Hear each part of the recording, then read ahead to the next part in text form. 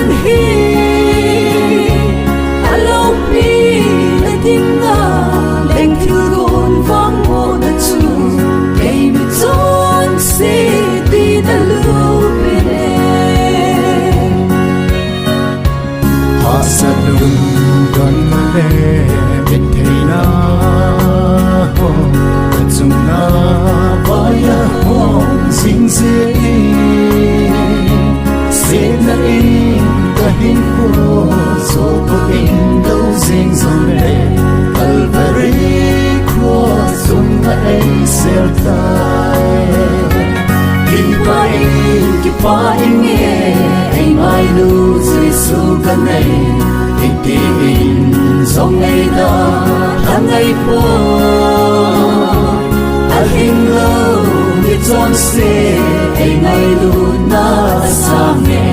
hallelujah pa chui sin pho ge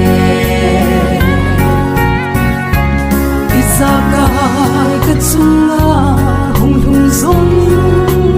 le sampo ge ki chati a om po akai chu ka ta san ka gi ngai na ai e so na chu pa ka ya ai ki pa in nge ai mai lu Giêsu ka nei ti in song nei da thang ai po a hin lo ni chon se ai mai lu na sa me hallelujah pa chui sin pho ge amen si a thu ding ai han hi in va pa chap na lo pi pe ti sa na dei han ding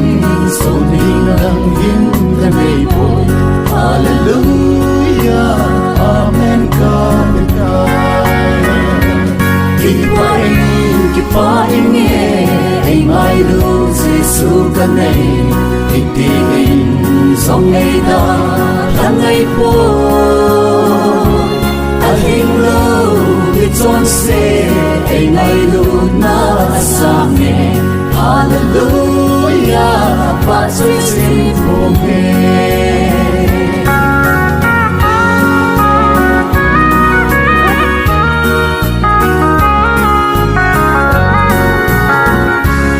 Isaka ka chunga hung hung zong le sampu ne ki chati a om po akai chu ka ta san ka ki ngai na ai e so na chu pa ka ya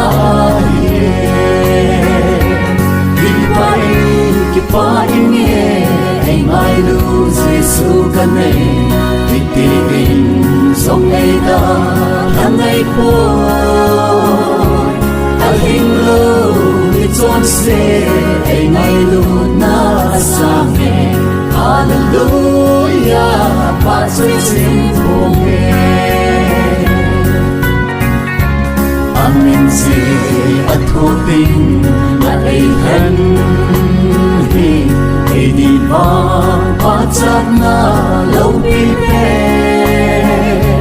ti sa na dei han ding so ni nang hin ka nei poi hallelujah